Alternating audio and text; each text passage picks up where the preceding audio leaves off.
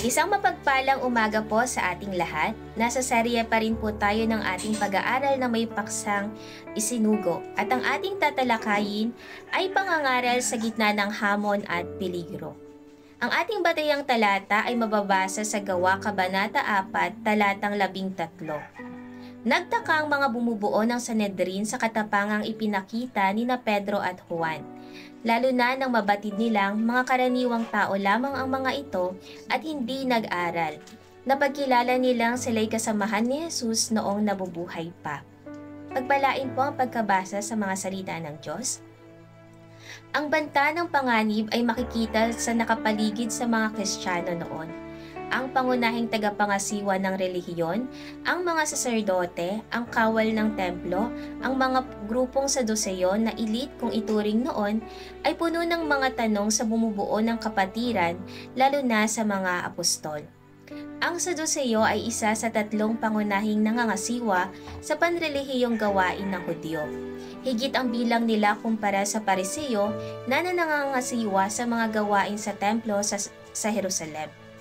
Mayroon silang paniniwala na walang anghel at espiritu at hindi na muling mabubuhay ang sinumang namatay na. Gawa Kabanata 23, mga talatang 7 hanggang 8. Salungat ito sa turo ng Panginoon at daladala ng mga apostol. Puno ng galit ang mga Saduceo at ang iba, kaya ipinahuli ang dalawang apostol na sina Pedro at Juan. Tinanong sila kung sino ang nagbigay ng pahintulot na sila ay mangaral ng mabuting balita at pinagbawalan sa kanilang pangangaral. Sa kabila ng mga pangyayari ay 5,000 ang bilang ng mga lalaking idinagdag sa mga Kristiyano sa panahon na iyon. Ang mga pinuno matatanda ng bayan at mga eskriba ay nagkatipon sa Jerusalem. Kasama nila si Anas na pinakapunong saserdote, si Caifas, si Juan, si Alejandro at ang buong angkan ng pinakapunong saserdote. Katumbas nila ngayon sa ating panahon ang mga senador, nasa kongreso at hudikatura. Higit kumulang 100 katao ang nakaupo ng paikot upang siyasatin sa kalagitnaan nila ang dalawang apostol na sina Pedro at Juan. At ito ang kanilang natuklasan. Sina Pedro at Juan ay mga karaniwang tao na lingkod ng Diyos, nakababasa at nakasusulat, ngunit walang mataas na antas ng pinag-aralan. Walang masteral o doctorate degree na tulad ng maraming tao sa kanilang kapanahunan. Ang mga apostol na ito ay hubog ng 3 taong pagtuturo sa kanila ni Jesus. Maging si Jesus ay wala sa talaan na may mataas na pinag-aralan, kaya't mangha ang lahat ng tumutuligsa sa kanila, lalo na sina Juan at Alejandro. Lahat sila ay laban sa Panginoon at mga apostol, pero wala silang maiparatang na mali ang Panginoon at mga apostol, habang nasa harapan ang taong pinagaling na higit 40 taong nakikita na namamalimos sa pintuang maganda. Ang patotoo sa gitna ng mga walang pagkakilala sa Panginoon ay walang pinipiling panahon. Kadalasan nagaganap ito sa harapan ng mga taong hindi kilala at ayaw kilalanin ang Panginoong Hesus. Si Pedro na mababa ang antas ng pinag-aralan kumpara sa lahat ng kaharap niya noon ay buong tapang na humarap sa pangunguna ng Santong Espiritu.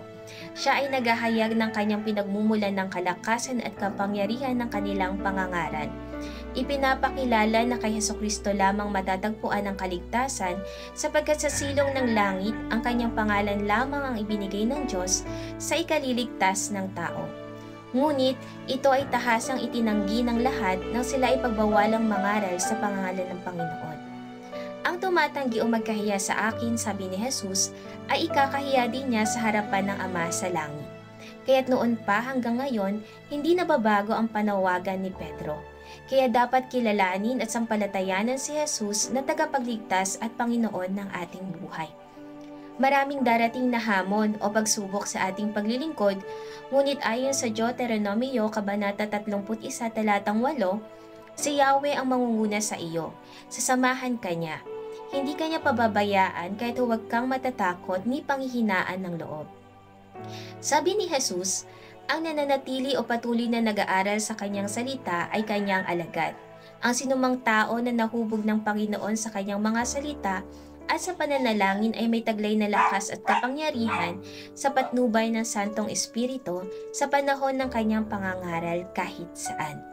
Muli, Isang magandang umaga po sa ating lahat.